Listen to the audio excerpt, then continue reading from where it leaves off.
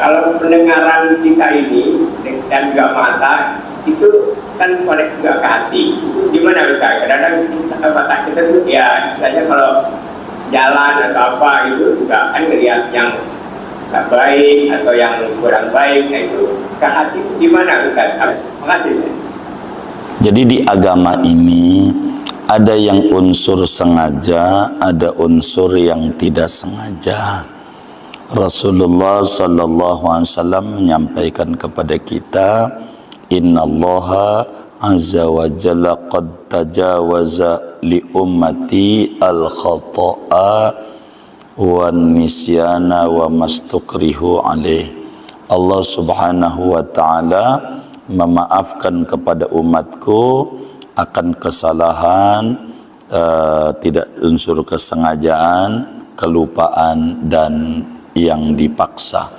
Jadi hal-hal yang tidak ada unsur kesengajaan maka tentu tidak ada dosa karena di luar kendali kita. Dan Allah menyatakan la yukallifullahu nafsan illa wus'aha. Allah tidak membebani kita, menugasi kita kecuali yang kita mampu. Maka di jalan raya bagaimana melihat ini, melihat itu? Kalau basit kemudian naik motor, jangan sampai juga di jalan raya merem, itu bisa nyabrak dan nyebur ke kali nanti. Cuman yang penting kita tidak dimasukkan ke dalam hati berpikiran kesana kemari. Hal-hal yang kita terlihat sepintas selalu ama agama tidak dimaafkan. Bahkan dalam bahasa Arab, al-ula laka wasaniyah alaika. Pandangan yang pertama rezeki Pak Basit, cuman kalau diulang lagi itu yang jadi masalah. Kurang lebih demikian. Wallahu a'lam. Ya, jadi itu kan kadang connect ke hati, Kiai. Hati ya, wah itu hati kita itu ya kan kita bisa melihat lagi gitu. Dan waktu kita wah apa pikirannya yang jelek. Oh betul, itu sih nggak usah pakai didongengin, emang karena begitu. Ya, terima kasih Kiai. Iya sama-sama, baik. Apakah ruh manusia yang berbuat dosa maksiat atau jasadnya? Ruh fungsinya apa untuk manusia? Dan apakah ruh tidak bisa membawa manusia ke surga? Jadi Allah subhanahu wa ta'ala selalu menciptakan makhluknya berpasang-pasangan. Subhanalladzi khalaqal azwaja kullaha. Maha suci Allah yang menciptakan segalanya berpasang-pasangan. Ini juga bisa nyala karena ada min dan plus. Tanpa itu enggak nyala, stop kontak begitu dan seterusnya. Ada langit, ada bumi dan seterusnya, ada surga neraka, termasuk ada jasad dan ada ruh. Ruh dan jasad ini beda alam sesungguhnya. Ada namanya alam mulki dan ada namanya alam malakut. Alam mulki artinya alam indrawi, alam yang bisa ditemukan dengan rasio, dengan alam indra yang bisa diindrakan. Itu namanya alam mulki. Maka manusia disebut makhluk kasar. Kenapa makhluk kasar? Karena bisa diraba, dilihat dan seterusnya. Ini jasad, namanya alam mulki. Sementara ruh namanya alam malakut. Ruh alam yang tidak teridrak oleh indera kita. Kita tidak bisa melihat ruh. Bahkan sampai detik ini kita tidak tahu ruh kita letaknya di mana. Apakah ruh itu adanya di hati, di jantung, ada yang bilang di darah, ada yang bilang di jempol kaki. Ini semuanya keliru.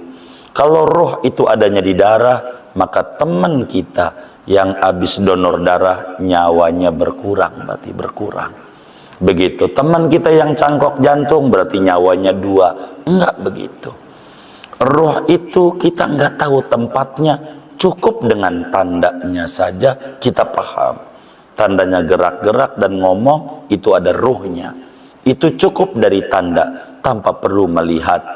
sebagai bukti dan dalil betapa Tuhan jangan cari tempatnya. Orang ruh kita aja kita tidak tahu tempatnya di mana, tapi kita yakin kita ini ada ruhnya. Begitu, dari tanda saja sudah cukup, dari tanda. Maka ruh ini kategorinya alam malakut, dan badan kita kategorinya alam mulki. Beda alam ini enggak bisa menyatu.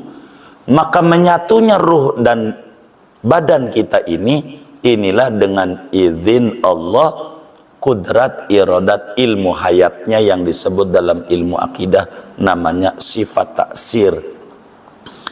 Penyatuan ruh dan jasad ini adalah sesuatu yang paling inti. Nggak bisa sama seperti laptop, ada dalemannya. Ini adalah ruh namanya.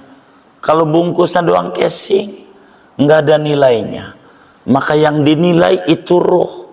Maka ruh ini yang dinilai, tapi yang bakal mendapat manfaat adalah badan. Penilaian segalanya pada ruh. Maka makanan enak atau tidaknya bukan dari jenis makanan, tapi dari jiwa kita. Kalau jiwa kita memandang makanan itu enak, maka menjadi enak adanya. Kalau jiwa kita memandang makanan itu enak, enak adanya. Maka sentralnya adalah pada ruh. Sentralnya pada jiwa. Badan adalah pembawa daripada jiwa kita, pembawa. Yang bawa ruh adalah badan. Maka ketika seseorang itu ada badan, maka dia terikat oleh ruang dan waktu.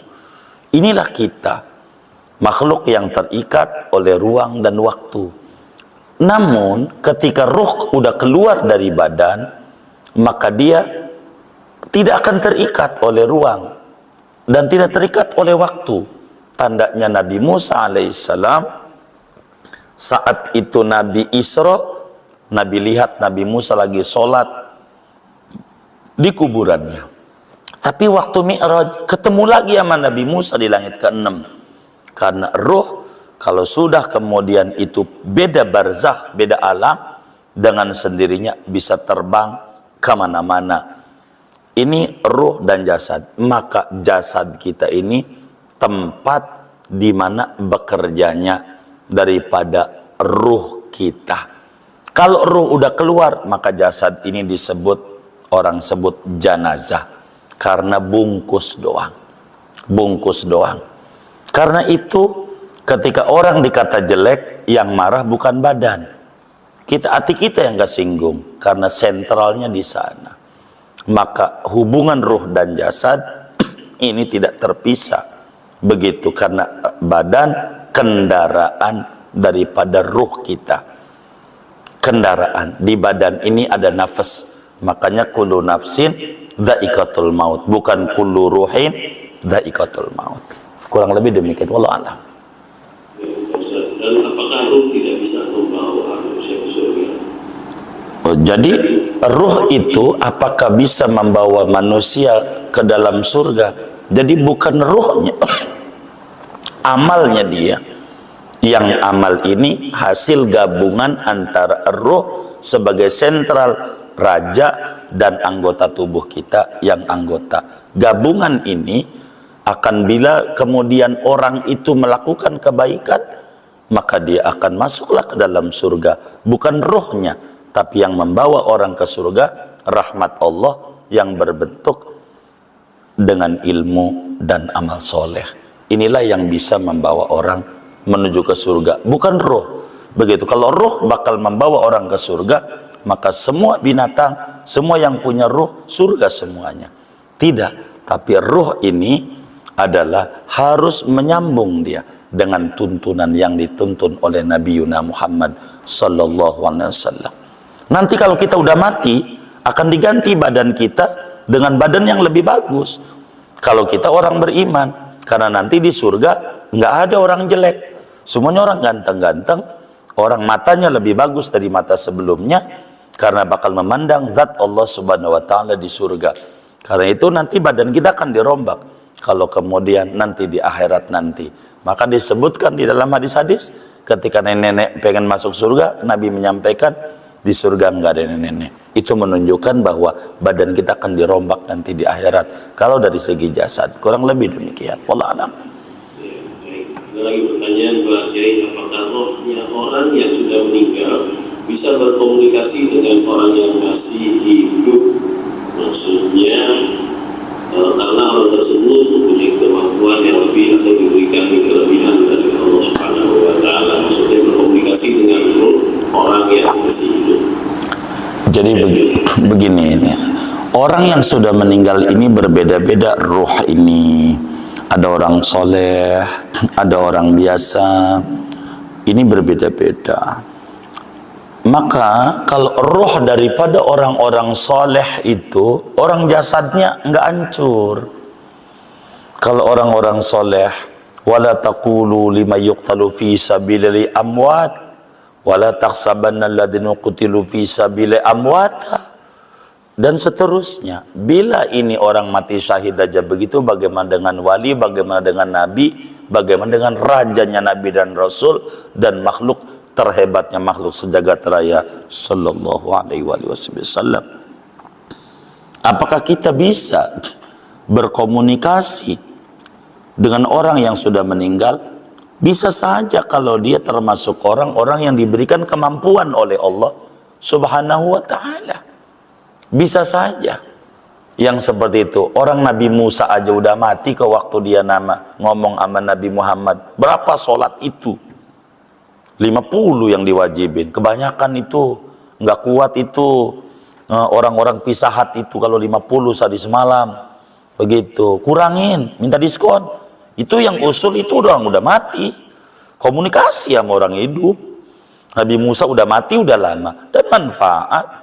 Kalau orang nggak percaya komunikasinya orang mati sama orang hidup, sholatnya monggo. Orang-orang pisahat 50 kali sehari semalam.